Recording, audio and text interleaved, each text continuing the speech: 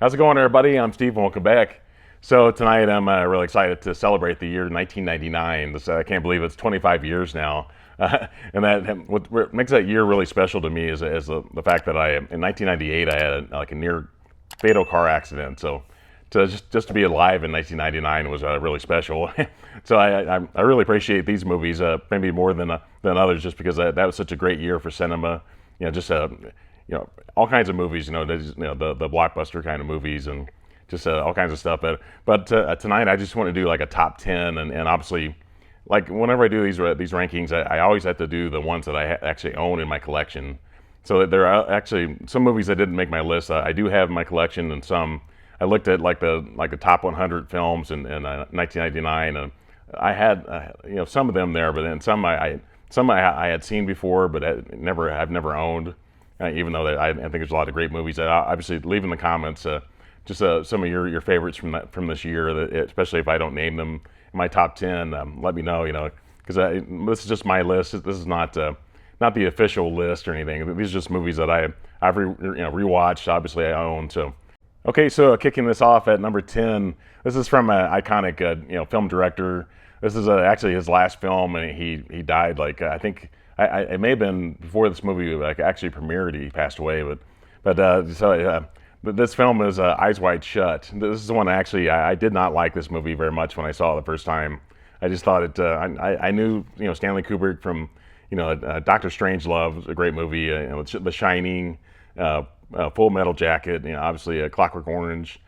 Those movies are so great, but this one I just was not anticipating this. Obviously it has a Tom Cruise, Nicole Kidman, has the Indiana legend Sidney Pollack. He's a film director. He's also he starred in some films like Tootsie, those kind of movies. But for me, I think the most memorable part about this movie is the masquerade party. I think that's the one that the weird music at that party, and the people that kind of know that somebody doesn't belong there basically, and he gets called out for it, and just all that stuff.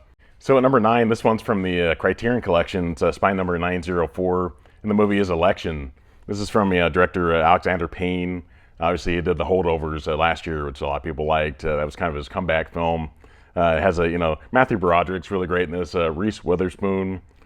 This is one of the earlier roles for her. Also has Chris Klein. If you've seen like the American Pie movies, he was in those. But this is just a wild movie, just a very low budget kind of film. So at number 8, this is the other film I have from the Criterion Collection in my top 10. This is another one that a lot of people don't really talk about a lot, and it's one I had seen in theaters actually before I saw it. Actually before it got released on Criterion. But the movie is Being John Malkovich. This is Spine number 611. It's from director Spike Jonze, which is Spike Jonze had a period of time there. I think the movie Her. I think that's kind of a polarizing movie. Some people think it's kind of boring, but I think it's great with Joaquin Phoenix. I think it's a great one. He really hasn't done a ton since that movie. He just kind of he had a moment there in the 90s and 2000s, and then he was doing like music videos. He worked with like the Beastie Boys and that kind of stuff, but he stopped seeing him produce movies at some point. So at number 7, I think the rest of these movies I think are very mainstream, very Hollywood kind of films that I think a lot of people probably have these in a collection, because obviously in 1999 I was like 25, 26 years old.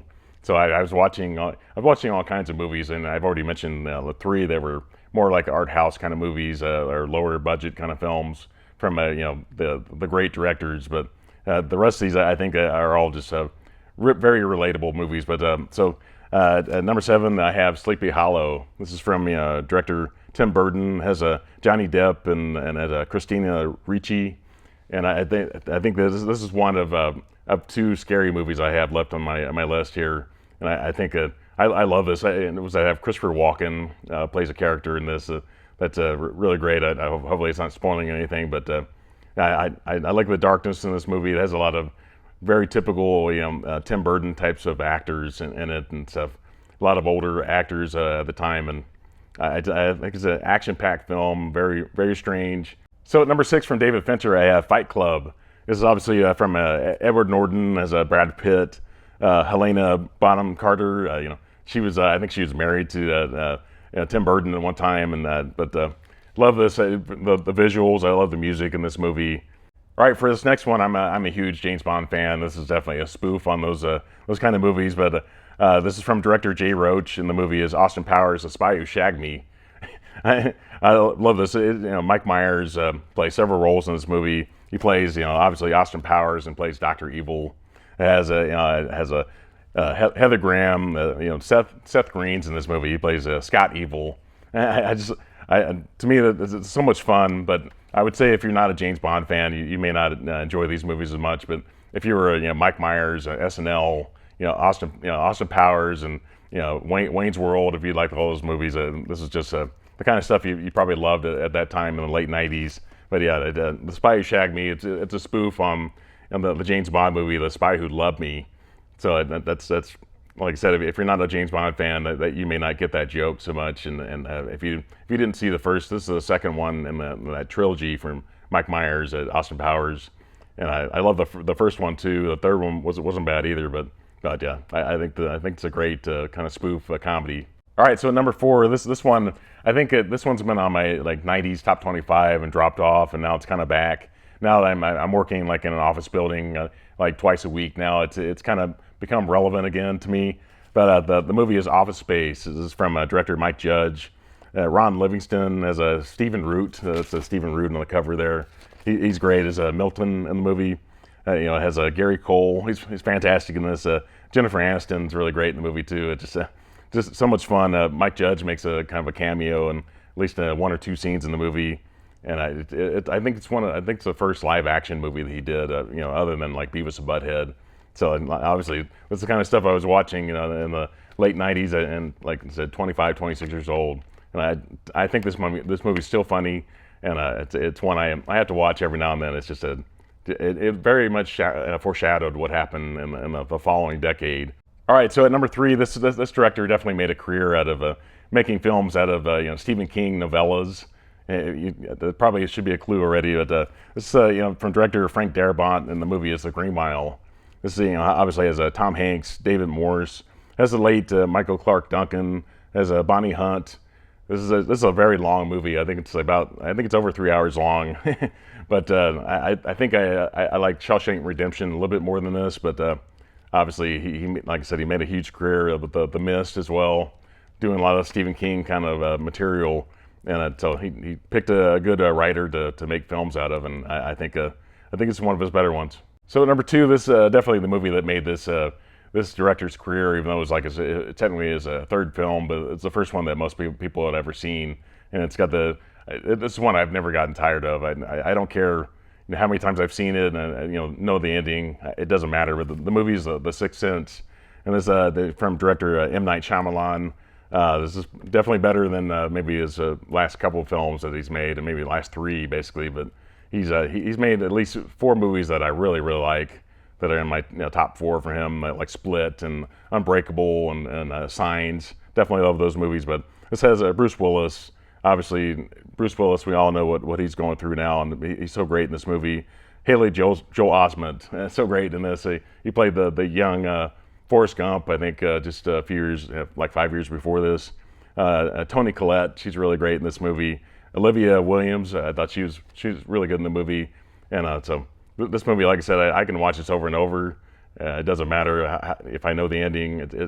There are some movies from the '90s that you definitely know in that decade that they had those shocking endings, and a lot of those movies don't really hold up very well. But to me, The Sixth Sense still does. All right, here we go. So number 1, I had to pick this one at number 1. It's from the Wachowskis. The movie is The Matrix.